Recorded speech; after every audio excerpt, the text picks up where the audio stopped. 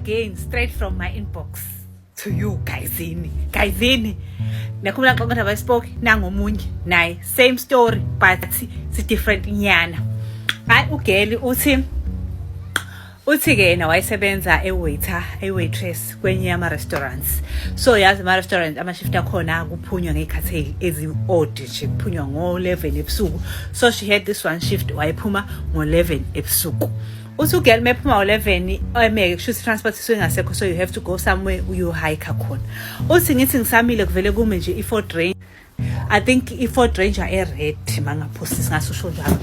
Uthi ke ngivele ngigijime ngibona ukuthi imela mina i-Ford Ranger ngihambe ngiyogibela. Uthi ngene ngemuva athi nje ubhuti hayibo sisi angiyena kwasini angilona i-bodyguard lakho or something but nje jokingly. Uthi hayi mase wozohlala phambili. Uthi ugeli ngize phambili ubabani ubhuti isiqubu yasazi isiqubu. Uthi hayi ngithi khuli sambeke nobhuti. Uthi mangabe sihamba nobhuti vedane silentuzeke. Uthi sihambe uthi umuhle ubhuti unuka kamnandi ubhuti right. Uthi kodwa akayena ungathi angisazi usho lama languages ala eSouth Africa but lawa anjengosuthu umtswana kanjalo ukhuluma lawo uma la ngithi yamuza ukuthi ukhuluma isiZulu but isiZulu sakhe asikho that clear.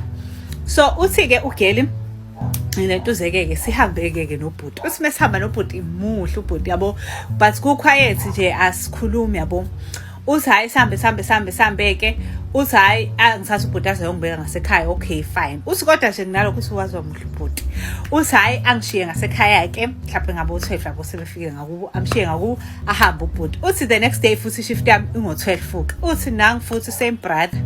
Uthi mengimbona ubhuti ayibonga ngibuze mina ayibo kade useyangimaka yini. Athi no nami ngine restaurant engionayo so ikhathi zokuvala ziyafana vele nawe yazi.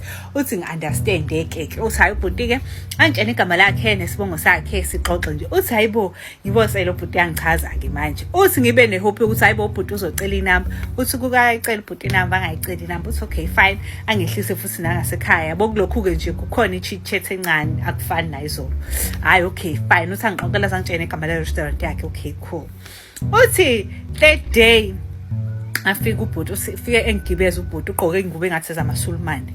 Uthi mangabe ngigibeza ubhuti abongene emotweni ngingamnaki sengimjwayele nami nje sengiqala ukuba open nobhuti. Uthi hayi mengamnaki uthi hayibo mengithi ngiyambuka unegazi la esiphongeni phuma igazi. Uthi ngithi mina hawe ma mfethu uphuma igazi esiphongweni. Uthi avedane ibhuti athuka agqume imoto iziphaphalazi iphume emgaqweni. Uthi hayibo ngithuka ukuthi awuyini lengango phela ngabe uthi mase yalisuse kanje elithi yabo lo muntu ozolithi igazi elithi kanje mesethe hene ngiyabonga yazi inkinga nje lapha e-restaurant kube nenkinga namhlanje bekulwa ama client so kwamele ngilamule kushuthi ngilemalile bengabonanga ukuthi ngilemalile. Uthi singayiboni futhi into wrong lapho ngithi hayi okay cool uthi alisuleke igazi lakhe. Uthi ayihambe futhi ubhuti ongishiya. Uthi ngilinde lapha mhlawumbe uzocela inamba ubhuti lutho ubhuti akacela inamba akashela kenzi lutho. Uthi ngisho uthi hayi cha shame lo bhuti wrong because phela ulentuzile akakhulumi lutho nje yabo. Hayi uthi sihambe ke isikhathi ugeli mesihamba isikhathi ke uthi ngihambe ke iyaphela shift yami njalo this day usuku lami lokugcina sengizoqala ngene emini the following day. Uthi hayi ngimtshele nalokho ngenza phela ukuthi esho uthi hayi usengithatha inamba yakho khona mophuma emini ngizokubona. Uthi lutho ubhuti angasho uthi angishiye. Uthi lapho sengiqala ukumthanda uthi inhliziyo yami ivele icwile mafuthi lo mfana kanti unjani akasafuni nenamba akasasho lutho. Uthi ngibaseleke uthi ngivedane ngifike endlini ke ngihlale kube right okay.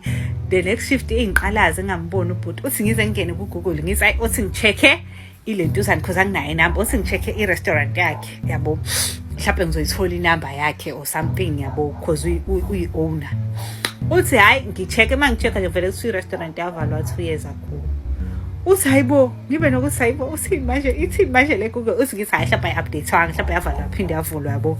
Uthi nje anginakho nje ukuthi khona i-red flag nani. Okay fine. Uthi hayi idlule uthi yabo nje sengizama ukumstoka ngimcingo kuma Facebook kuma social media wonke uthi angimthola ubhuti. Uthi yo I was super stressed. Uthi hayi ngilotuze ngivedane ishaya night yami. Uthi first night angaqhamuki ubhuti. Uthi hayi second night ngibona naye imoto yami. Uthi nami sengiyazi angisabiza sesimiqhamuka nje ngibe ngigijima ngiyongena emotweni yami. Uthi hayibo masifika futhi ubhuti usanalelo gazi futhi uphuma igazi. uthi hayi ngithi mina kanti yini uSasha athi hayi kusayilelana uthi nje ihambelisi kanje yabo usathi hayi kusayileli gazi leliyana ngazi indaba lento ayipheli uthi hayi uthi futhi ngingana ngithi mina awuncese uthi hayi sixoxe nobhuti sigcine sesivibe ke nobhuti ke this night uthi ke mase sehene kusasa ucela ukuzongivakashela endlini yami uthi ugeli ngithi awukhula uthi the next night behambe eyolala endlini yakhe ubhuti uthi mesifika endlini yami efika ubhuti ugesi uyakhanya ba uthi vedane sithi hey ngeke ngicela ucima ugesi uthi ayibonga ukuthi mina yini uthi ngcono khanyisa ikhandlela angizwani nogesi manje ngiqeda ukufaka ama lens amasha manje uyangilimaza ugesi emehlweni angakayenzi contact nogesi nje uyangilimaza uthi ngiunderstand futhi uthi hayi ngikhanyisa ugesi sihlale nomuntu wami kube mnandi sidla amenzela ukudla usihlale nje kube mnandi uthi hayi size senze umdavazo uthi hayi uthi nomdavazo wakhona nje right but off futhi uthi ngathi nje lihambe emoyeni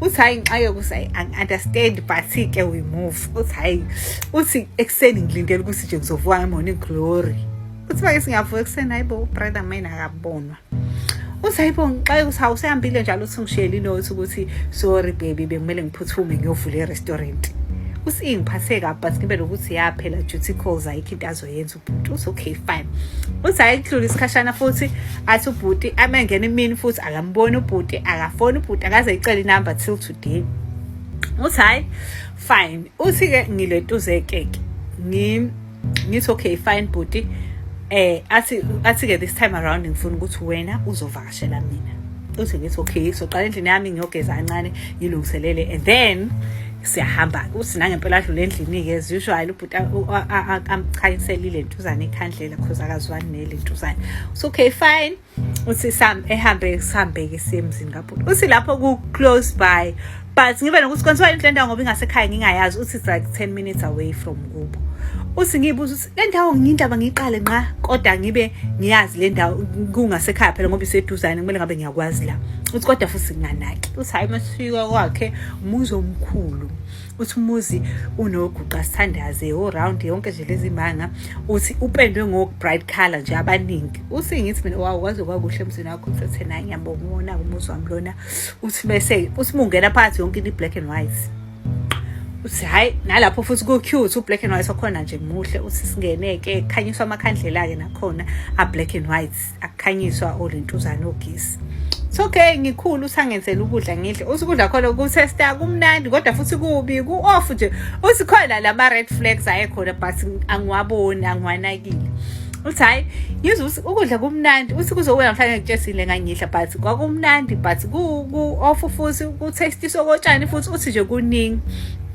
uthi hayi sihlaleke nobhuti uthi sisahleke kanjalo ubhuti avela aguqe phansi ngedolo akhiphe ring yotshani athi hene will you marry me usugela nami ngitshela ukuthi how he's just being fun nje silly nje yabo ngivumele phezulu ngithi mina hayi okay no problem I will marry you uthi hayi mesethi kubhuti okay ke so from today onwards usumfazi wami akuthi futhi ngijabule nalapho hleke kube ijoke nje ukuthi sengumfazi wakhe hayi uthi ke the next day uthi bese ke eyangihambisa ke ekseni ngovivi ngakhanyi uthi angihambisa uthi mengihambisa bese ngiyamtshela hayibo yazi ngomgqibelo ngiyisontweni so ngeke ngikwazi ukubona at night because sinesiguqokozi kusi usathi nami no amshubela athi no awuyilapho uthi ngithi mina hayibo uchaza ukuthini muthi angilapho ethena phela usu-committed kimina usushade nami usuzongilalela njengomyeni wakho so uma ngithi awuyilapho ngithi awuyilapho and the reason ngithi esekumbuze nayibo ukade unankinga nesonto athi the reason ngithi awuyilapho is because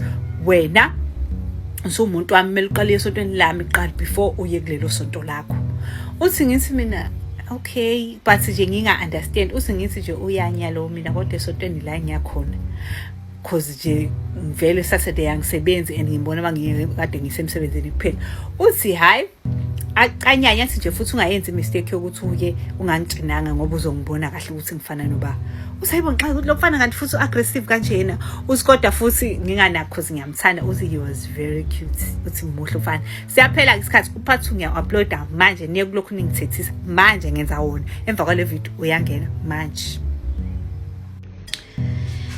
Yo sanibonani ngixoxele ngijola nespoki ngingazi ukuthi ispoki So ke indaba yami kanje. One day ngiyadrive ngibuye emsebenzini lapha ngabo 11:30 ebusuku. So kule ndawo ke thulekile ke kule ndawo zako Eastern Cape ngiyahamba ngakhona ke.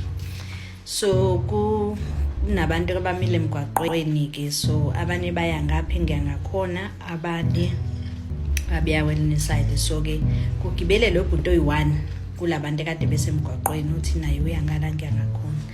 Nangempela ke sihambe ke sithi mesidlula kwenye indawo wathi lo bhuti naku la sashona khona nabangani bami. Ngithi mina usho ukuthini uthi nashonela la? Athena hayi asihambi, hayi nangempela ngijoda hayi musuyazijogela, ushone kanjani umuntu nangu sihamba naye. Ayike nangempela ke sihambe ubhuti abantu asheleke. Ngithi hayi ngeke mina nginayo umuntu, so angidinge umuntu. Ayike ingabi nankinga ke leyo nto, ngimdrophe ke ngalapho estopini sakhe ka wayehla khona. So next day same time ngiyadrive, hayibo nangu same booty same clothes, hayi ngiphinde ngimgibeze, hayi sihambe ke siyancokola nje nobhuti. Aphinda asheleke, ngithi hayi awuthi ngimqome ngoba vese ke ngathi sesohlele sihlangana, so sesobe sihambisana ke sobabini. Hayi ke nangempela ke nje zidlule ke nje insuku ke ngimane ngihlangana naye menganga emsebenzini, asifonelani kangaziwa ingena phone ke. So nami angizange ngize ngicabanga ukuthi ke but njalo ke siyahlangana lapha yana same stop sihambe. Kwathi one day ke athi ngibese ngithi ke mina ngicela sihambe ke ngiyomdropa kubo. Hayi nangempela ke sahamba ke ngiyomdropa kubo, sangena esangweni sahamba ke saye roomini yakhe.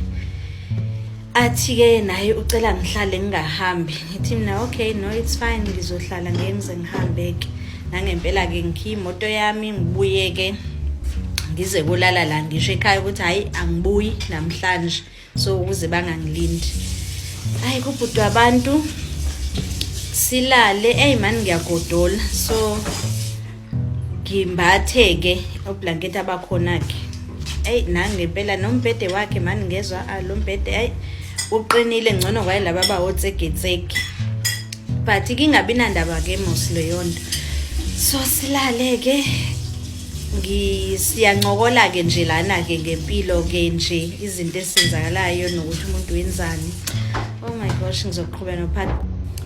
Okay, part 2 ke guys. So busy ke sino baby siyacuddlisha lana ake we're not kissing, so we busy cuddling guys.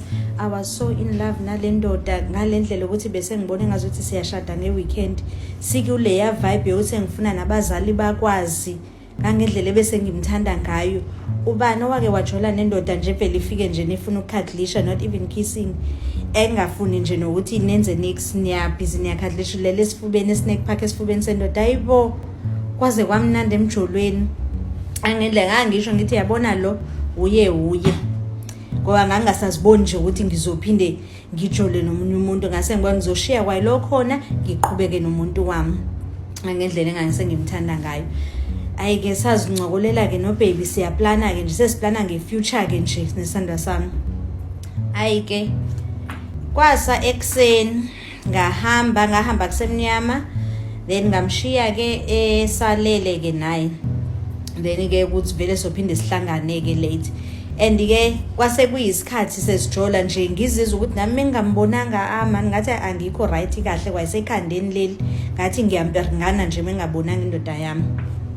Nanokuthi lokhu sibonana ebusuku kumina akufiki ngoba vele ebusuku isikhathi engibuya ngasemsebenzini, and naye ubaby uyasho ukuthi uyasebenza, so naye ubuya late. Ake nganganakanga ke nje. Yo Jesus, zange ngathanda umuntu kanje, ngangimthanda lo wamuntu. Hayi ke ngahamba ke nango ke mina phela ngiyosaba prize ubaby, bengithe ngizoba off naye wathi uzoba off but uzobe busy ngiyakwazi ukungibona.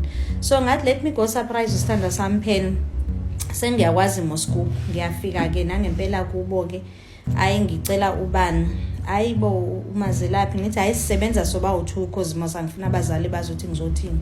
Ngithi hayi sisebenza soba u2. Kuthi hayibo ubani washona 3 years ago. Ha guys, ngabanda ukubona emogibela ibhanoyi kube ngathi amathumba ayanyuka, ngabanda nce ngaphakathi, kanamba.